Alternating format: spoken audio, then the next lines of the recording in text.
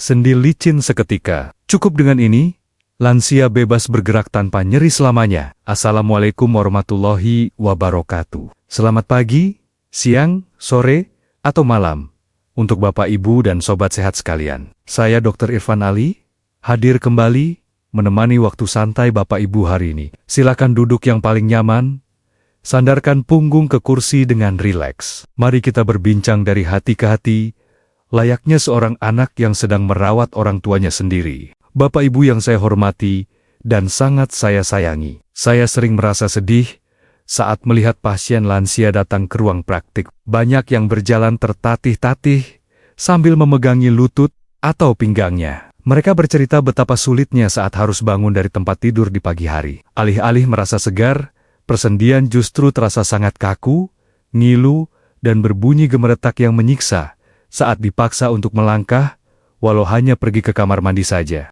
Keluhan nyeri sendi saat mau salat, atau sekadar bermain dengan cucu, tentu sangat menguras air mata. Rasanya tubuh ini sudah tidak mau lagi diajak bekerja sama. Namun, hari ini saya membawa fakta mengejutkan, yang insya Allah memberi harapan baru. Ada dua bahan alami yang sangat sederhana, namun ampuh meredakan nyeri sendi, dan membuat tubuh lansia bebas bergerak kembali. Sebelum saya buka rahasianya, coba Bapak Ibu tuliskan, dari kota mana Bapak Ibu menonton di kolom komentar. Sapaan Bapak Ibu di kolom komentar itu selalu menjadi penyemangat bagi saya. Anggap saja tulisan asal kota tersebut sebagai daftar absen sehat kita hari ini. Saya selalu merasa hangat di hati, bisa menyapa Bapak Ibu dari berbagai pelosok Nusantara. Rasanya seperti saya sedang bertamu langsung ke ruang tamu Bapak Ibu, meminum teh bersama, sambil membicarakan nikmat sehat yang masih Tuhan karuniakan kepada kita hingga detik ini dengan penuh rasa syukur mendalam. Nah, sekarang mari kita jeda sejenak, pelan-pelan saja. Bagi Bapak Ibu yang mungkin baru pertama kali mampir di channel Sobat Sehat Penyakit Dalam ini, saya ingin mengajak Bapak Ibu untuk bergabung. Mari menjadi bagian dari keluarga besar kita. Caranya sangat mudah.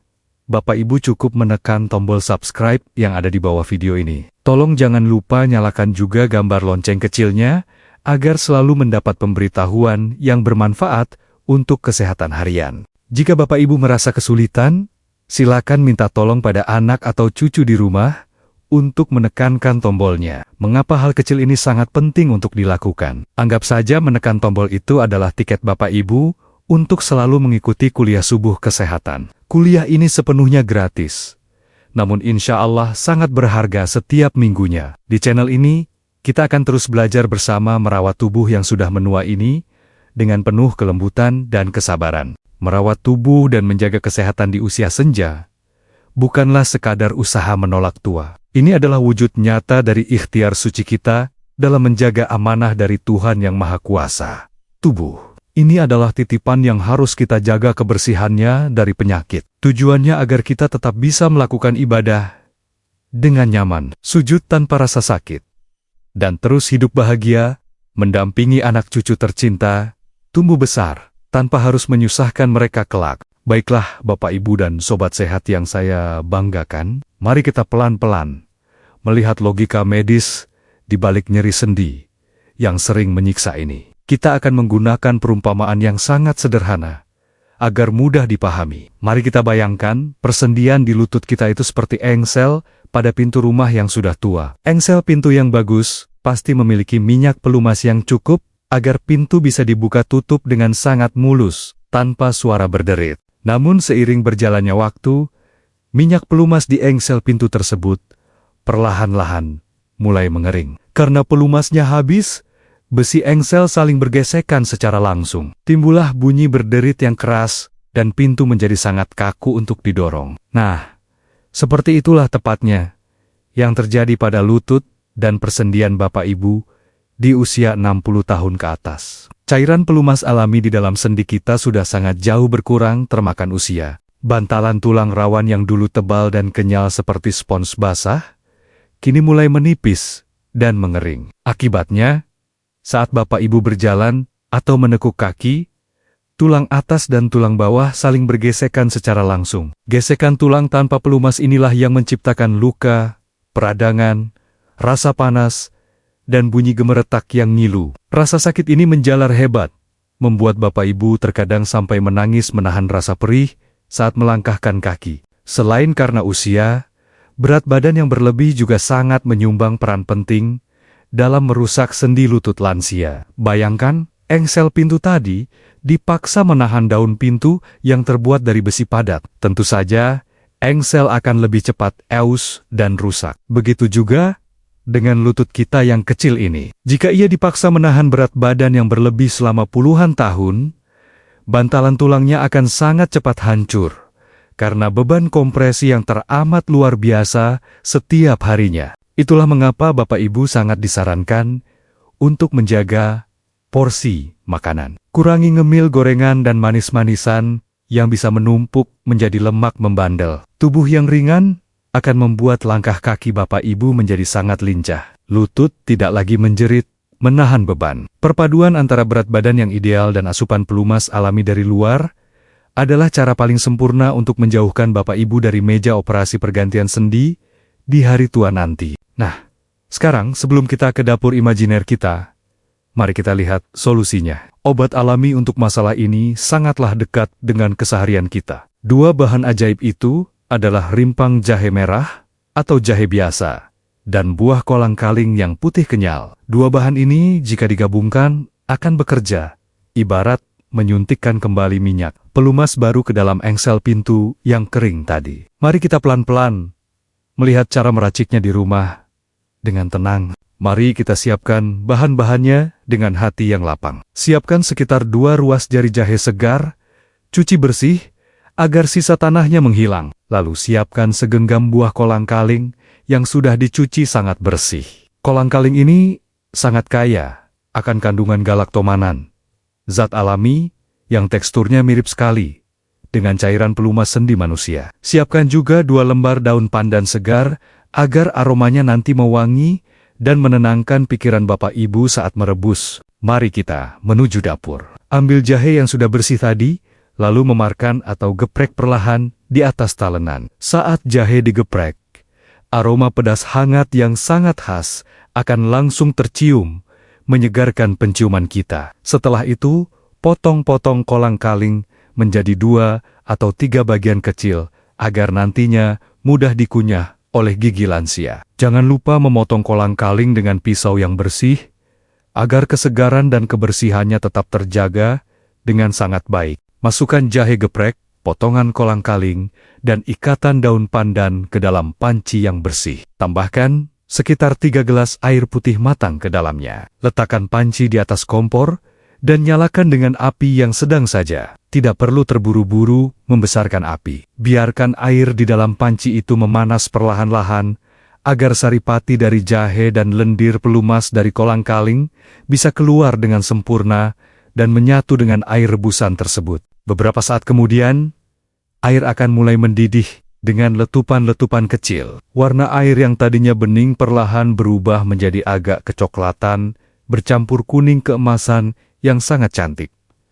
Saat inilah keajaiban alam bekerja. Uap panas mulai mengepul dari panci, membawa aroma wangi pandan yang manis bercampur dengan keharuman jahe yang hangat dan sedikit pedas. Aroma ini menyebar ke seluruh ruangan dapur, merilekskan dada yang lelah menghirupnya. Teruslah merebus dengan sabar, sampai airnya menyusut dan tersisa kira-kira 1,5 gelas saja. Setelah itu, matikan api kompor pelan-pelan. Biarkan rebusan itu di dalam panci selama beberapa menit, hingga uap panasnya sedikit mereda dan menjadi suam-suam kuku. Jika Bapak Ibu suka, tambahkan sedikit saja pemanis alami. Namun jika Bapak Ibu memiliki keluhan diabetes penyerta, sebaiknya diminum murni begitu saja, tanpa tambahan rasa manis, buatan apapun. Saat merebus jahe dan kolang-kaling tadi, Bapak Ibu juga bisa menambahkan sebatang kayu manis kecil. Jika suka, kayu manis memiliki khasiat yang sangat baik untuk melancarkan sirkulasi pembuluh darah di area kaki yang membengkak. Batang kayu manis yang ikut direbus akan melepaskan warna kemerahan dan aroma rempah yang semakin memperkaya wangi uap airnya. Perpaduan pandan, jahe, dan kayu manis adalah racikan khas leluhur kita yang terbukti sangat menghangatkan tubuh. Pilihlah selalu panci stainless atau panci keramik yang bersih untuk merebus ramuan ini. Tolong hindari menggunakan panci aluminium tipis yang sudah berkerak hitam kotor. Panci yang buruk akan melepaskan zat yang bisa merusak struktur vitamin dalam kolang-kaling. Menyiapkan obat alami membutuhkan kebersihan ekstra. Semakin bersih cara Bapak Ibu mengolahnya, semakin murni pula khasiat yang akan diserap oleh sel-sel tubuh yang saat ini sangat membutuhkannya. Tuangkan kuah rebusan hangat beserta potongan kolang-kalingnya ke dalam mangkuk kecil kesayangan Bapak Ibu. Saat mangkuk itu didekatkan ke wajah, uap hangatnya terasa membelai kulit pipi dengan amat lembut. Ambil sendok dan mulailah menyeruput kuahnya pelan-pelan. Saat cairan itu menyentuh lidah, rasanya sangat ringan, namun membawa sensasi pedas hangat yang sungguh nyaman di tenggorokan. Tidak ada rasa menyengat yang membuat Bapak Ibu tersedak. Dan ketika kuah jahe itu mengalir turun, melewati kerongkongan, lalu masuk ke dalam perut, ada kehangatan luar biasa yang menjalar. Sensasi hangat itu seolah merangkul lambung dari dalam, membuang gas dan angin jahat yang membuat perut kembung mual. Sifat anti peradangan dari jahe ini akan langsung masuk ke aliran darah, bergegas menuju persendian. Bapak Ibu yang sedang bengkak dan meradang untuk meredakan rasa panas dan ngilu tersebut perlahan-lahan. Setelah meminum kuahnya, sekarang mari kita kunyah perlahan potongan buah kolang-kalingnya. Tekstur kolang-kaling matang ini sangat kenyal, lumer, dan lembut bagaikan agar-agar tebal. Sangat mudah hancur di mulut, sehingga tidak akan membuat gigi Bapak Ibu ngilu. Saat dikunyah, lendir alami dari kolang-kaling ini akan masuk ke sistem pencernaan. Lendir inilah yang nantinya akan diserap tubuh dan dikirimkan menjadi pelumas baru untuk sendi Bapak Ibu yang kering. Bapak Ibu bisa menikmati hidangan hangat ini di sore hari sambil duduk bersantai di teras rumah, ditemani hembusan angin sore yang sejuk. Mangkuk berisi kolang-kaling jahe ini akan menjadi teman relaksasi yang sejati. Jadikan proses merebus bahan-bahan ini sebagai sebuah rutinitas baru yang sangat menyenangkan. Proses memasak dengan hati yang tenang dan penuh doa akan membuat khasiat dari setiap butir kolang-kaling menjadi berlipat ganda untuk meredakan nyeri lutut. Mengkonsumsi kolang-kaling jahe ini sangat disarankan dalam keadaan perut yang tidak terlalu penuh kenyang. Sore hari setelah asar adalah waktu yang sangat ideal. Saat itu sistem pencernaan sedang rileks. Nutrisi dari makanan siang sudah diserap. Dengan memakannya di waktu jeda ini, zat galaktomanan dari kolang-kaling bisa melesat tanpa hambatan menuju persendian. Tidak harus berebut jalur dengan tumpukan makanan berat lain di dalam usus halus Bapak Ibu. Jangan membuang air rebusan yang masih tersisa di dasar panci dapur. Air sisa rebusan jahe yang kental itu mengandung konsentrasi antioksidan tingkat tinggi dari rempah-rempah. Jika Bapak Ibu merasa sudah cukup memakan kolang-kalingnya, air sisa tersebut bisa disimpan di dalam termos kecil yang bersih. Bapak Ibu bisa meminumnya seteguk demi seteguk di malam hari sebelum tidur. Kehangatannya sangat membantu mengusir hawa dingin malam yang memancing linu tulang. Banyak yang bertanya kepada saya, apakah racikan kolang-kaling ini aman jika dikonsumsi setiap hari? Jawabannya adalah, sangat aman. Kolang-kaling ini kaya akan air dan serat yang luar biasa tinggi. Selain memperbaiki bantalan sendi yang menipis, serat dalam kolang-kaling juga akan bertugas menyapu kotoran di usus. Ia menyapu bersih sisa ampas makanan, sehingga pencernaan Bapak Ibu menjadi sangat lancar dan terbebas dari masalah sembelit yang menyiksa setiap pagi. Di samping rutin mengonsumsi ramuan ini, saya juga berpesan agar Bapak Ibu mulai memperhatikan alas kaki yang dipakai sehari-hari di rumah. Sendal rumah seringkali dianggap remeh, padahal sendal yang keras dan rata justru akan memberikan tekanan benturan yang kuat pada lutut saat melangkah. Pilihlah sendal berbahan karet yang alasnya sangat empuk. Bantalan sendal yang empuk akan meredam kejutan pada tumit, sehingga persendian lutut tidak harus bekerja terlalu keras. Perhatikan juga postur tubuh saat Bapak Ibu sedang duduk menikmati waktu bersantai. Duduk terlalu lama di kursi yang sangat empuk, sampai tubuh melengkung tenggelam ke bawah, sangatlah tidak disarankan. Posisi seperti itu menarik urat di sekitar pinggang dan lutut menjadi sangat tegang. Duduklah di kursi yang memiliki sandaran punggung tegak. Jaga tulang belakang lurus, dan sesekali ubah posisi kaki agar peredaran darah tidak terhambat diam di satu titik. Satu lagi kebiasaan kecil yang sering luput dari perhatian adalah cara Bapak Ibu mengangkat barang jatuh dari lantai. Jangan pernah membungkuk dengan kedua lutut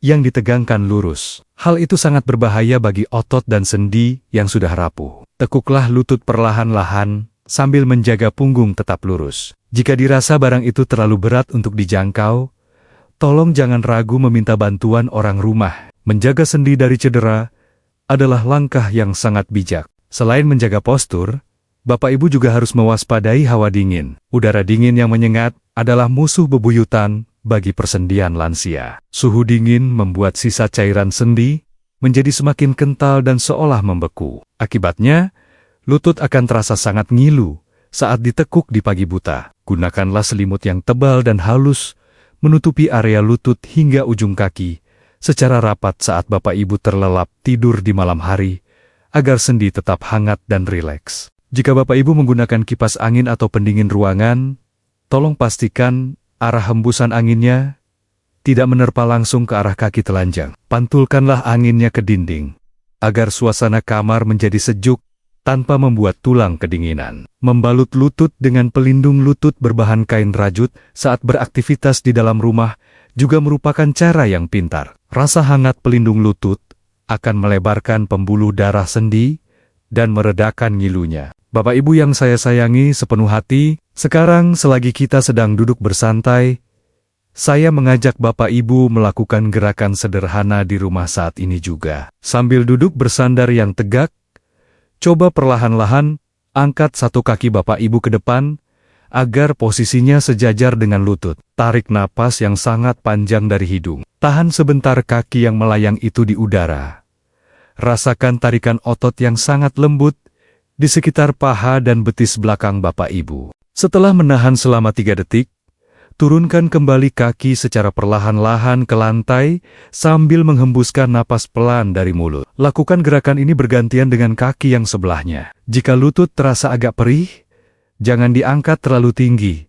Cukup sebatas kemampuan saja. Gerakan ringan tanpa beban tubuh, ini sangat bagus untuk melenturkan otot sendi yang kaku. Otot yang lentur mempermudah aliran darah membawa pelumas kolang-kaling meresap ke dalam lutut.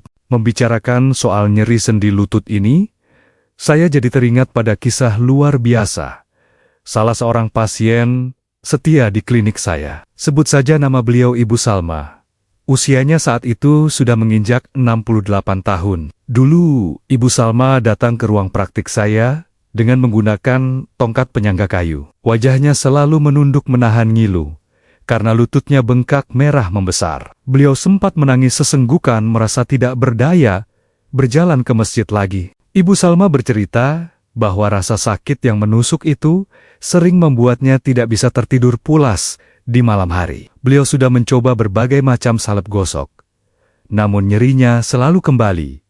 Esok paginya, saya sampaikan kepadanya, mari kita coba cara alami yang menuntut kesabaran ekstra tinggi. Ibu Salma pun mulai merutinkan minum rebusan jahe dan makan kolang-kaling setiap sore hari. Beliau merebusnya sendiri dengan penuh harap tanpa mengeluh rasa bosan. Ibu Salma sangat mengerti bahwa proses kesembuhan alami tidak ada yang instan dan sekejap mata. Beliau terus menjaga pantangan makanan dan rajin melakukan senam kaki ringan di tempat tidur, seperti yang kita praktikkan tadi. Memasuki bulan kedua perawatan, Ibu Salma datang kembali ke klinik dengan wajah ceria berseri-seri.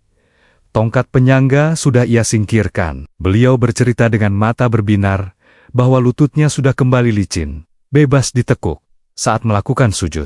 Kisah Ibu Salma ini adalah bukti yang sangat nyata bahwa nilai kesabaran dan ketelatenan adalah kunci utama kesembuhan sejati. Tubuh yang sudah menua ini ibarat rumah tua yang perawatannya harus pelan-pelan, tidak bisa dibongkar paksa secara instan. Berikanlah tubuh asupan nutrisi pelumas dari alam, lalu biarkan sel-sel bekerja membangun kembali tulang rawan yang rusak. Percayalah dengan sepenuh hati, ketelatenan Bapak Ibu meminum herbal pasti membuahkan hasil. Ibu Salma kini sudah bisa kembali berkebun menyiram bunga anggrek kesayangannya di halaman depan setiap pagi. Tawa cerianya kembali terdengar hangat saat merawat tanaman, tanpa takut lututnya akan berbunyi gemeretak patah. Beliau menjadikan kolang-kaling sebagai camilan kesukaan di rumah.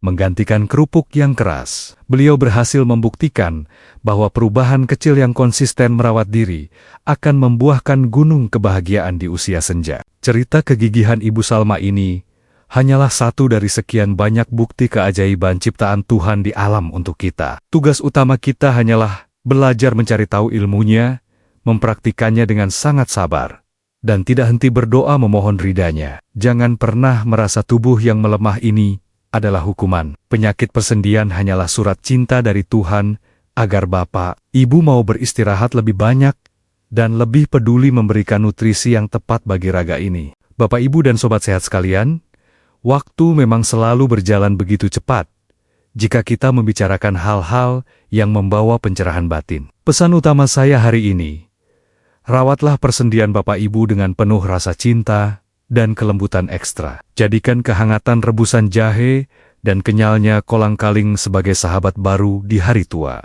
Jangan mudah menyerah pada rasa sakit, karena Tuhan senantiasa menciptakan penawarnya melimpah ruah di alam sekitar kita ini. Dan tolong jangan biarkan ilmu yang sangat bermanfaat ini hanya berhenti di ingatan Bapak Ibu saja. Jadikanlah hal ini sebagai jembatan kebaikan antar sesama. Bagikan atau share video ini ke grup WhatsApp keluarga, teman pengajian, atau grup pensiunan di luaran sana. Katakan kepada mereka, membagikan ilmu kesehatan adalah bentuk sedekah ilmu yang amat nyata. Pahala dari orang yang kembali bisa berjalan, karena video ini akan terus mengalir untuk Bapak Ibu. Bayangkan betapa terharunya hati kita jika berkat kiriman video Bapak Ibu, ada kakek nenek di luar sana yang persendian lututnya kembali licin dan bisa salat berjamaah lagi di masjid tercinta. Senyum kebahagiaan dan derai air mata syukur mereka adalah buah